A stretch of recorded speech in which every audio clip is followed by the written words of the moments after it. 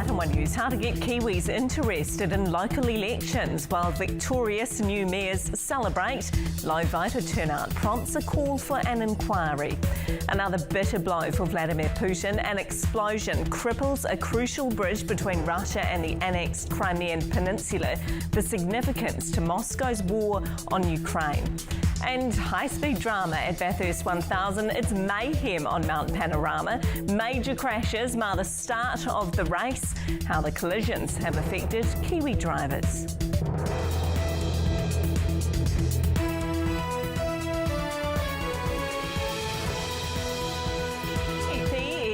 No, mate. Welcome to One News. You may have new mayors and councillors across the country, but you probably didn't vote for them. The latest official figures show an extremely low voter turnout, just 36% nationwide. That number expected to go up slightly after special votes are counted. Compare that to 2019, when more than 42% of people voted. A big drop, prompting a call for an independent review of local government elections. Breaking it down, just over 36% of people voted in the big cities, down 1.4%. The number's higher in rural and provincial areas where more than 42% voted, but that's still down 7% from the previous local election. In Auckland, the turnout was just 31%, way below the national average. For contrast, more than 47% voted in Warkworth, while just over 19% turned out in Otara.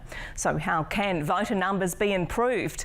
Katie Bradford has today's developments and reaction. Tory whānau, yo! A night of celebration for our new mayors, followed by early starts for some. Good morning, Rotorua. Absolute privilege to be elected. Auckland's new mayor taking the spotlight in his stride, but pulling out of a scheduled appearance on Q&A this morning to spend his first day in the top job in our biggest city with his family. His arrival leading to the sudden departure of the chair of Auckland Transport, who he has heavily criticised. Across the nation, there was a big swing from voters to the right, many blaming unhappiness with the government over major reforms, particularly Three Waters. There is real anger around the government on Three Waters. Unless the government has a death wish, they do need to revisit that. The more the government attacks us and strips away our powers and overloads us with extra regulatory responsibility, it just swamps small councils. People do not want to lose control or ownership of their assets. What this says is there's a real need, real mood for change. One of the only mayors to buck the trend, the capital's Tory whānau. Now is the time for a Green mayor because we're in a climate crisis. But voter turnout remained very low. This expert blames people feeling disconnected and a confusing voting system. Local government needs to be an equal partner with central government on working on the solutions here, not treated like another lobby group. Local Government NZ has called for an inquiry into the whole process. Parliament holds an inquiry following every local body election. No one from the government was available for an interview today, but it promises that inquiry will happen. Minister Nanaia Mahuta also says postal voting may be looked at as part of wider reforms. Postal votes, for example, is something that I think we've got to ask some serious questions about. If we're going to have an inquiry, let's have it with a commitment that change will happen. There's more Māori representation nationwide too, at all levels of local government. In the far north, Moko Te Pane has just been elected the first Māori mayor and the youngest. And Tanya Tapsell in Rotorua, she'll be busy focusing on fixing her city's emergency housing crisis. We have only 1.5% of the population of New Zealand, yet somehow we ended up with 10% of all emergency housing. It has become the biggest issue here in Rotorua, and it doesn't accurately reflect that we are a great place to live. Feet under the desks for dozens of new mayors tomorrow, and some big challenges ahead. Katie Bradford, One News.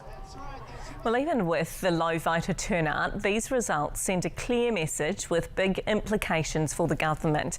Political editor Jessica Makai joins us from Parliament. Jess, what can we read into this? What we saw in the main metropolitan centres is a very clear message: people aren't happy with the status quo. We saw that swing to the right. Here in Wellington was the exception, but that was a swing even further left, so that didn't go Labour's way either. And I think this whole idea, this whole sentiment for mood for a change will be worrying for the government. Basically what the local body elections are is a chance for the government to see how 36%, that's the number of people who went out and voted, how they're feeling about things. And the message that they're getting is people are frustrated with the way things are at the moment. There's also the fact that the Prime Minister endorsed two of the candidates, Afiso Collins in Auckland and also her own MP, Paul Eagle, in Wellington. They both had resounding losses. I think these results will also prompt the government to have a good, long, hard think about how much political capital it wants to spend on the controversial Three Waters issue. Jess, you mentioned him, Labour MP Paul Eagle. He is left in a pretty unusual position. What happens now? So he didn't resign from Parliament, so he's going to be back here as an MP, even though he came fourth in the mayoral contest. Now, the government is very, very keen to try and avoid an expensive by-election in the Wellington seat of Rongotai, so it's going to be hoping that he will stay on for a few more months to avoid that from happening. The challenge for Paul Eagle now is it's going to be pretty hard to convince the people of Rongotai that he wants to be and is the man to hold the very privileged position of representing them here in Parliament when he so publicly applied for another job. As we say, more to come. Ngā mihi nui. Thanks very much, Jess. Much Makai at Parliament. And breakfast will have more on the low voter turnout in the local body elections. That's tomorrow morning from 6 o'clock in the morning. Big changes to a controversial ACC scheme which could affect hundreds of thousands of workers are being considered by the government. It would see new rules for the Accredited Employers Program used by some of the country's biggest employers. Thomas Mead reports. It's accreditation that gives private companies the powers of ACC, offering a big discount on their levies if they promise to take care of their own workers after injuries. But the government admits it has flaws. There have been instances where it is less than adequate, and we don't want that to happen. The minister wants to keep a tighter rein on the Accredited Employers Program, proposing reforms that will affect more than 100 major companies, including names like these, employing 25% of the country's workers. The government says the changes will lead to greater scrutiny than ever before, including additional health and safety rules, a new performance monitoring model, and strengthened claim and injury assessments. One News investigated the program earlier this year, looking into Tallies Group, one of the country's biggest accredited employers, revealing an ACC report in February 2020 found consistently inaccurate payments to injured workers at its meatworks. The minister now wants to bring in a new independent panel to hold accredited employers to account. Currently, the way in which it's set up, it means that perhaps there's an annual audit, there's a spot check, but there's not the ongoing type of monitoring that we need. But lawyers who've challenged the scheme before are sceptical. I'd rather it was abolished because it's inherently problematic for the worker. It's an experiment which has failed. It continues to fail. No, I don't think that these reforms go anywhere near far enough. The minister sticking with it today, confident in her reforms. I think with what is being proposed here now, when employers are unable to comply, then there will be a greater chance of them being let go from the scheme. A full consultation document will soon be released. The public encouraged to have their say. Thomas Mead, One News. More chefs will be allowed into the country to fill desperate shortages, part of a further relaxation of immigration rules announced by the government today. Employers hiring foreign chefs will now only be required to meet the median wage and market rate requirement. Immigration Minister Michael Wood says over the next year or so a new system will be developed for assessing skilled chefs who don't hold formal qualifications to help out with shortages. A huge explosion has crippled the only bridge linking Russia with Crimea, dealing another blow to embattled President Vladimir Putin. The Crimean Parallel Bridge is the longest in Europe and a crucial supply link for Russian forces fighting in southern Ukraine. Our Europe correspondent May Heron reports. A clear message to Vladimir Putin. The bridge he commissioned lit up at dawn in a dramatic ball of flames and now badly damaged. Russia says a truck exploded and a nearby fuel train caught on fire. At least 3 people were killed. Russian officials have opened a criminal investigation saying it demonstrates Ukraine's terrorist nature. Locals were undeterred by the attack.